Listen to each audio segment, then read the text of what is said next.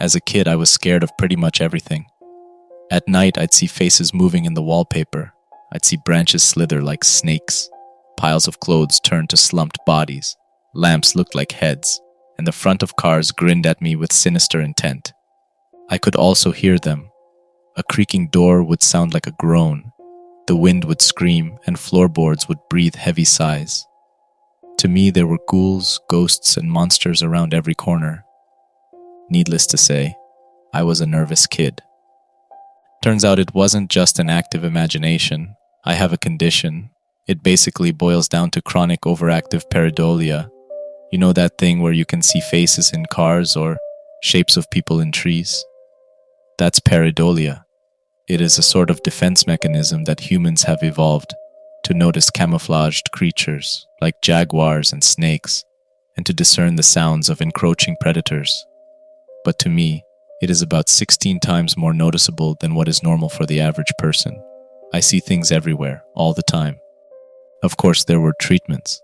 By age 12, I had tried 6 different regimens over a total of 4 years, and the side effects were brutal. Some would make me irritable, while others would make me hyper-focused. One type of medication just straight up put me to sleep. By age 18, I thought I'd never get a job. I was barely dragging myself through school, and there was no way I'd make it through college. I was on a course of drugs that barely kept me together, but they gave me these awful tics. I'd drop things, I'd wake up in the middle of the night, my leg would shoot out and trip me. I was a mess. My mom had to cover the stairs and handrail in grip tape. A few years ago, I had a standing meeting with the county employment services every Thursday. I hated it. On a particularly bad day, my mom had to drive me there. The meds were kicking my ass. She dropped me off at the end of the street, and just in that short walk to the office, I almost tripped into a brick wall. I was so flustered I knocked over a trash can. But for the first time in a couple of years, I had an interview with a potential employer. I didn't think much of her. She was just some old woman in a warm coat. She introduced herself as Teresa and told me that she'd heard a lot about me. She offered me a trial and a hefty one-time payment. I didn't get clear idea about what I was supposed to do, but she told me that secrecy was part of it. The only demand she had was that I stop taking my meds. Still feeling the trash smell on my pants, I took Teresa up on her offer. On my first day of work, I had no idea what to expect. I'd been off my meds for a week, and I had barely slept. It was hard to wrap my head around the world as I'd seen it as a kid. I'd see faces in the walls, in the shadows, in the leaves and patterns, pretty much everywhere. I'd hear voices and screams in every breaking car, in crinkling paper, in creaking floors. It was hard staying focused, and I was so jumpy I could barely move without flinching. Teresa picked me up in a gray sedan. She was wearing a headset and kept looking over at the GPS. I noticed her leg was twitching and that she kept biting her lip. She barely looked at me that whole ride. We finally arrived at a small yard, about a 40-minute drive off the highway. There were 2 large trailers and a single-story run-down prefab house from the 60s. One of those things with cheap wood panels and matching broken windows. There were 8 other vehicles in the yard, 4 sedans, 2 vans, a jeep, and a bus.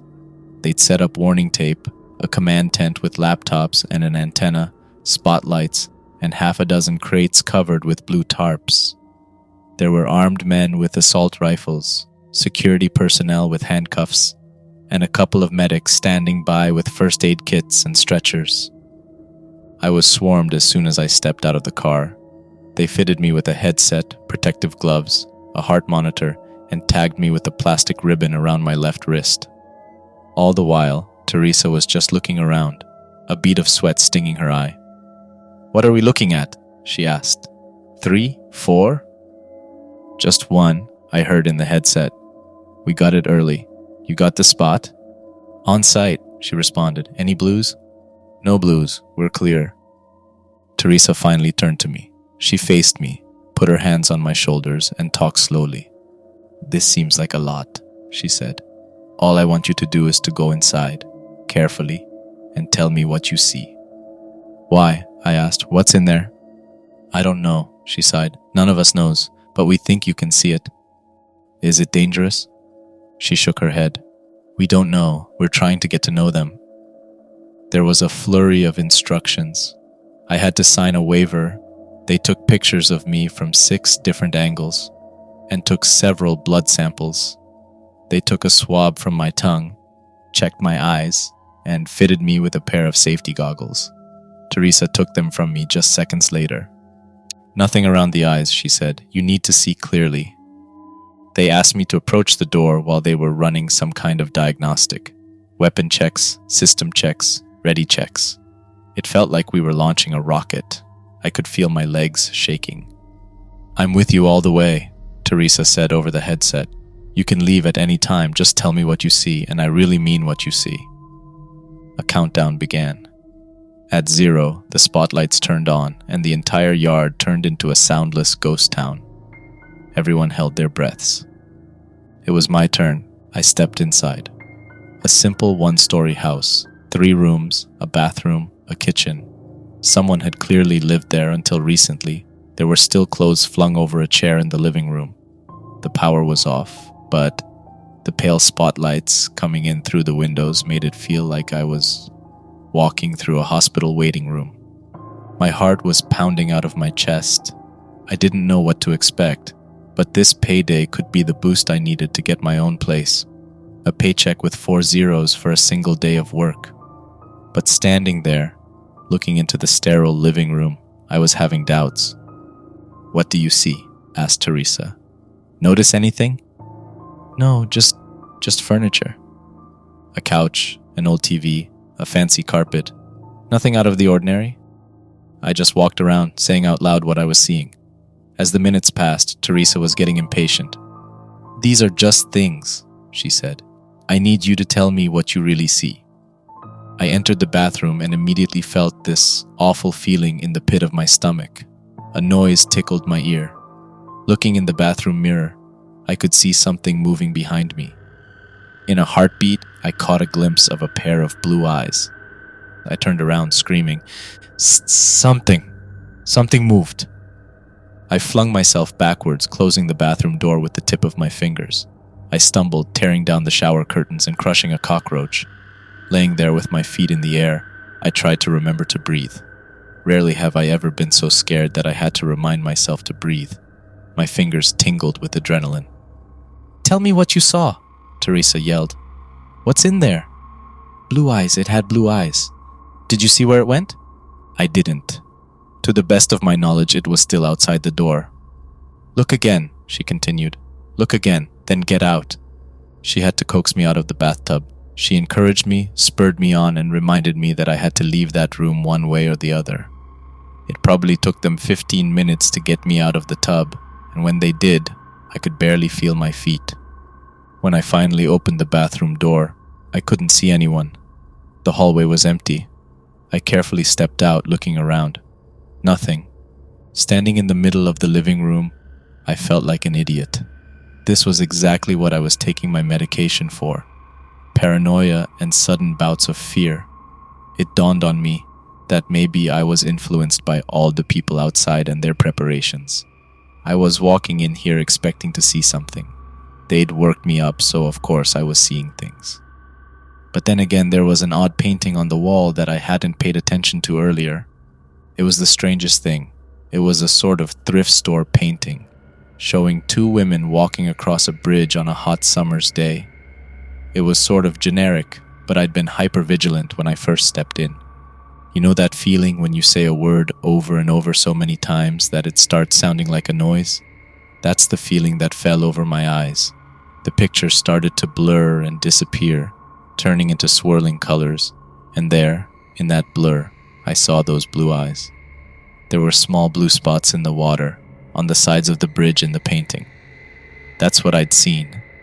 And there, I'd seen a face, something blending into my sight, disappearing. And for a second, I knew for certain that I hadn't seen this painting when I first stepped inside. And now, it knew that I could see it. I felt it. I slowly started to back out. There's something in the painting, I whispered. in the living room. You sure? Teresa asked. Absolutely sure. Absolutely. Get out. I rounded the corner and heard the floorboards creak. I could no longer see the painting, and I could sense something move. Backing out of the front door and into the cool autumn air, I could feel hands on my shoulder. Armed men pulled me back, and paramedics started to check my eyes with flashlights. They asked me all sorts of personal questions, like my name, my mother's maiden name, and the name of the president. I was told to lay down, as I heard a team breach the house with stun guns, cattle prods, nets, and a crate. Laying there and feeling the pressure subside, I just cried and laughed. I didn't even notice Teresa sitting down next to me. I was given a cold drink and a pill, and I took it without question. You did good, she said. You're done, you're done. What was that? What's in there? Something only a special mind can see. That was my first time working with Teresa. Over the coming years, I would be called in about once or twice a month, and the pay I got from those few days were enough to get me out of my parents' house. Teresa would check in with me weekly, and I had to submit to regular checkups. But more often than not, I was completely off the leash. I started to learn a bit more about the company I was working for and what they were doing. I started getting payments from Hatchet Biotechnica, a subsidiary of Hatchet Pharmaceuticals. My official title was contractor, a title that was repeated like a name. Teresa started going into greater details on what to look for and how to act, but that first mission was a sort of test to prove myself. I had no idea what I was actually proving, but it felt like my tendency to discern patterns and seeing dangers helped me along. I learned a bit more about their procedures. For example, they were adamant about checking for blues. This meant surveying the nearby area to look for some kind of infection, usually taking the form of miscolored flowers. Most often blue, but not always. Sometimes tulips, most often sunflowers. Once they just found a bunch of teeth sticking out of the wall. Whenever they checked for blues, this is what they would look for, something overtly strange and unnatural. When something like this was found, the whole mission would be called off, and they would use controlled explosives to just take out the entire area. In more populated areas, they'd set up tents and use flamethrowers. I remember once, the week before Christmas, when 6 men with flamethrowers were called in to burn down a greenhouse. I'll never forget the way the flames reflected off their visors. To them, it all just looked like flames. But I saw something else. I saw bodies, wreathing in the flames. I heard screams in the shattered glass, and in the charred remains of melted plastic, I'd see pained faces glaring at me with hateful black eyes. Up until a few months ago, I had worked a total of 33 cases over 2.5 years. Every case, I'd step into a location and look for 1 to 3 things hiding in plain sight. Up until that point, I still had no idea what they actually were. Sometimes I'd catch a glimpse of something running past me, or see a pair of blue eyes looking at me from across the room. Every time, I just reported it and left. A chair, a fridge, a suspicious window. Hell, once it was a music box. This time we were just coming up to a house. It was a rainy autumn evening, and the area was already set up when we got there. I saw a for sale sign knocked over by one of the jeeps who'd taken a wide turn. I got suited up, blood samples, plastic wrap, all that jazz. It was set up to be just another job. Although I was still nervous, I was getting better. No blues? Asked Teresa. None, said one of the armed men. We're looking at a single tango. You sure? Teresa squinted. First report said 6. Secondary reading says 1. We might have runners. Notify the Galapagos, she sighed. Put him on the hunt. She turned to me with a smile, tapping me on the shoulder. In and out, you got this. I got this, I repeated. Standard routine. Countdown, spotlights, game on. It felt like stepping onto a stage. As I walked through the door and saw my shadow stretch out across the floor, I felt like a hunter. That I was the one to fear, and that whatever stayed in this house tried to hide for good reason. The floor is crooked, I noted. Strange place. You sure? Yeah, Definitely. I steadied myself and started checking the rooms one by one. I waited for that feeling to emerge. My eyes seeing through the obvious and seeing the picture beneath the picture. The blue eyes emerging from nothing and the patterns of shadowy figures growing clearer. Just relaxing and expecting that feeling to wash over me was enough to put me at ease, but I could still feel a primal part of me tickling my nerves, expecting me to panic. But nothing happened. I checked the kitchen, the living room, the bedroom. There was nothing. Just a strangely crooked floor, empty rooms, and the echo of my own footsteps. An empty guest bedroom with a single window. Through it, I imagined scowling faces in the trees outside. 20 minutes passed and I got nothing. I reported to Teresa and she assured me we were still getting readings from inside the house. Something was still in there with me, but I hadn't seen anything. I went through cycles of denial, fear, and anger over and over. What was I missing? Finally, I just sat down in the middle of the living room floor. I scratched my eyes, sighed, and tried to relax. Teresa, I'm not feeling it. Are you sure? There was no response. Teresa? Yeah, she responded, absent-mindedly.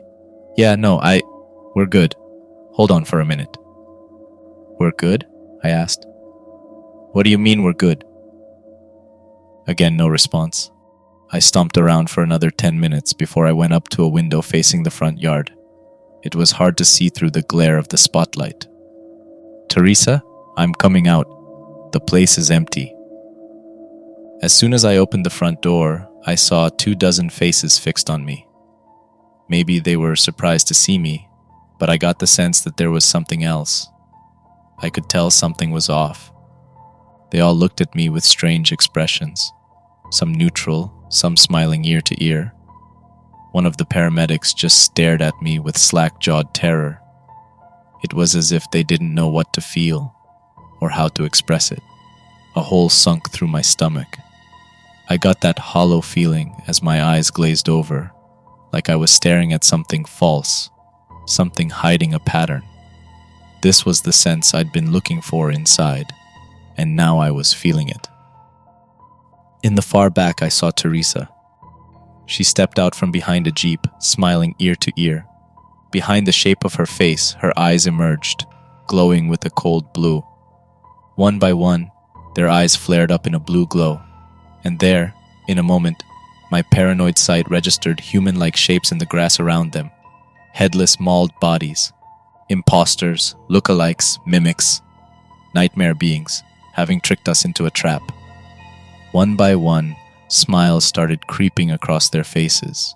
Rows of impossibly sharp teeth hiding long tongues. Their fingers growing longer, their necks elongating. They were losing their disguises and facing me, head on, unafraid. Nothing was said out loud, not a word. But to me, it was as if the wind itself was screaming for me to run. I slammed the door behind me and ran. Faces were coming out of the walls, door handles turning into hands, grasping at my clothes. My distorted face reflecting in windows and mirrors with jawless grins. I couldn't blink. Every heartbeat, a new horror forced my eyes open. There were more doors than I remembered. There were more windows than there should be. The kitchen suddenly had a skylight, and there were 4 fridges. Countless paintings had appeared in the master bedroom depicting cruel and blood-drenched horrors. They were already here trying to surround me, and my mind was racing to remember what was real and what wasn't. Rushing to the back of the guest bedroom, I remembered there being only 1 window. Now there were 2. I had to roll the dice, take a guess, do something. As I grabbed the window frame, I imagined teeth slamming into my hands, tongues licking across my palms, wide smiles sating their hunger. But this time it was just my imagination. I burst through the window and took off running into the woods. Through the night, I just kept going. My chest hurt from holding the screams in. Without my medication, everything in the dark looked like something reaching for me, trying to eat me, trying to grab me. Creaking branches sounded like laughter, and howling winds were screams. I must have run for hours when my foot got caught between 2 rocks. As I tumbled to the ground, twisting my ankle, I saw them descend on me. I felt their fingers scratching me. I writhed on the ground, screaming for them to just let me go, to just please let me go. But after a few seconds, I realized I had just scratched myself on the underbrush. There was no one there. I was safe. I broke down crying, trying to ignore the twisted face reflecting off the full moon above. Eventually, I made my way home. There were no messages waiting for me. All my work numbers had been taken offline. All ways to contact them were just gone, and there was no info on the firm that hired me. Hatchet Biotechnica exists only on paper. There's no location, no contact info, and no names attached. It's all a front. I haven't heard from Teresa since. I think that whoever I've been working for have just assumed I'm dead. That's why I decided to share this anonymously. Those who know who I am can reach out to me. And for those who don't, I just have a word of warning. Be observant, trust your intuition, it might save your life. Hello, creepy community. Thank you for watching. I also want to give a big thank you to my members. I truly appreciate your support. If you're looking for a similar story, check out the one on screen.